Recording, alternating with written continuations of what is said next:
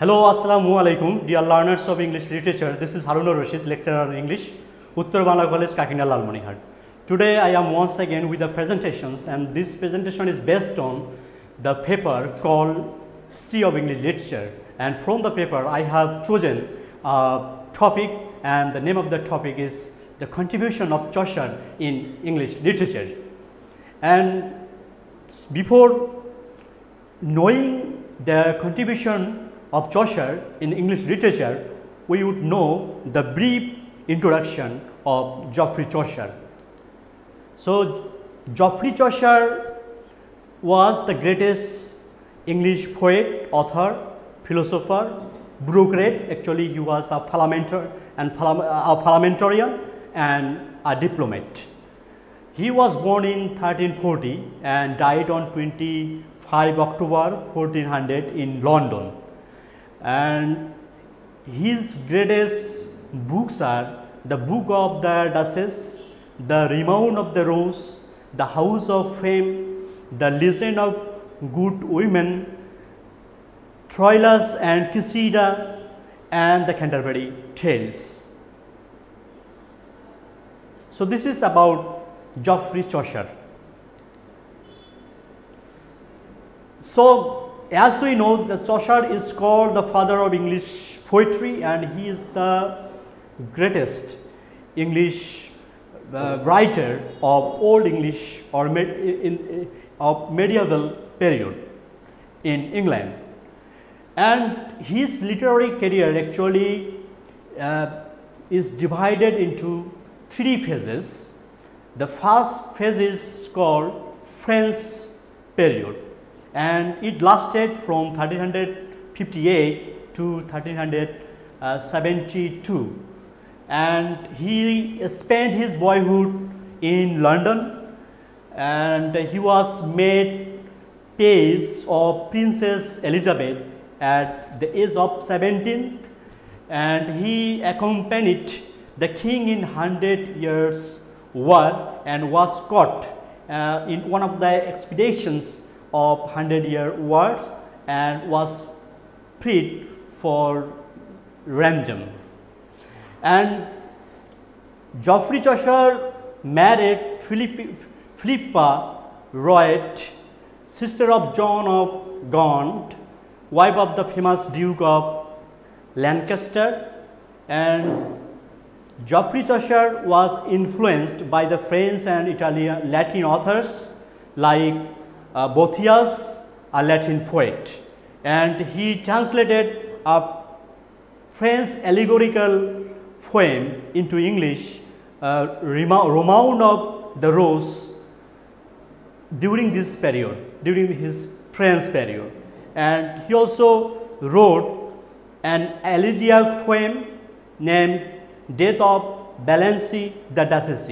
Actually, this is a poem mourning the death of the Duchess to whom Geoffrey Chaucer was closely related.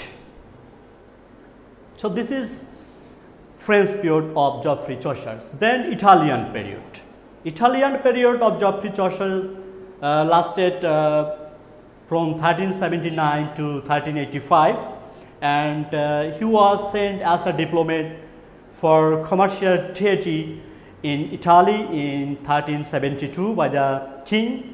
And during his stay in Italy, diplomatic stay in Italy, he was influenced by the Italian authors, and we know at that time Italy was enriched with art and culture and also literary works.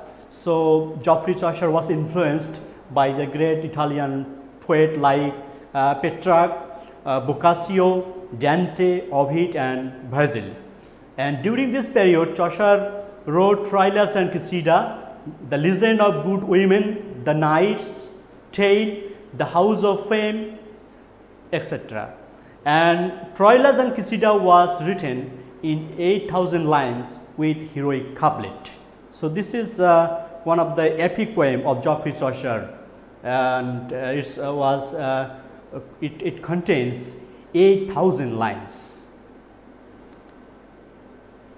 and his third period is called the English period, and it lasted from 1386 to 1400, in fact till his death, and he was elected member of parliament from Kent, one of the kingdom in England during this period, and in fact it was in 1386, and during this period Chaucer concentrated more on English, wrote his most brilliant work, the Canterbury Tales, during this period, and depicted the total picture of the English people instead of drawing dreamy or strange world. Earlier we know Chaucer was influenced by French and Italian art and culture, but during his third period he was actually attended or concentrated on his own culture, custom and tradition, actually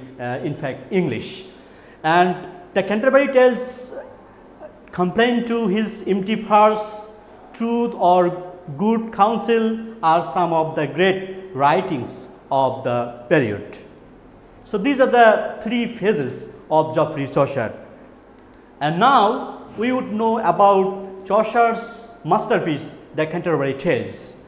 The Canterbury Tales is a book containing some tales told by the pilgrims during their pilgrimage to the shrine of Thomas Becket in Canterbury, Kent. Before starting the journey for pilgrimage, they gathered at the Tabardine in Southwark of London to make the journey safe and pleasant. The jovial host of Tabardine proposed that each of the pilgrims would tell 4 stories on going and coming. Actually, 2 stories on going and 2 stories on coming, and consisting of 4 stories for each member. And the best storyteller would be given a finest supper at the general cost. They were 30 in number from all walk of lives, including Chaucer. Chaucer planned of 124 stories, but he could only completed 24 of them, with wide range of stories of love and chivalry, saints and legends, travels, adventures, fables, allegories, satires, humor of common people. So this is the background behind Chaucer's Canterbury Tales. And now we would know about the features of Chaucer's writing. So Chaucer had great descriptive and narrative power, and he had also great power of characterization. Actually, his characters are lively and real. So he had he has art of characterizations, variety of style. He added variety of style, and these style are sometimes imported from French and Italian writing, and he also invented his own. And his works are also lyrical, and he also added heroic or imported heroic couplet from Italian literature. And he also used wit, irony, pathos, humor and satire in his writing. And he is the first great national poet, because English nationalism grew from the literature writing of Geoffrey Chaucer. Actually, he highlighted English people and their lives, and he developed English language because he added 2,000 words in English vocabulary, and poetry with genre of story, drama and novel. Though he had written poetry, but in his poetry we also find the features of story, drama and novel, and he had also variety of theme in his writing, and he is called the first modern poet in English literature. So the modern elements came in, started to be flourished from the writing of Geoffrey Chaucer. And he also drew the real world, not the dreamy world or strange world. The world depicted in his writing can be found surrounding, can be found in Chaucer's surrounding. And he also was a very humanistic writer. He was a very humanitarian. In fact, humanism was the theme in most of his writing of Geoffrey Chaucer. So these are the features of Geoffrey Chaucer writing. So here my today's presentation ends. Thank you very much.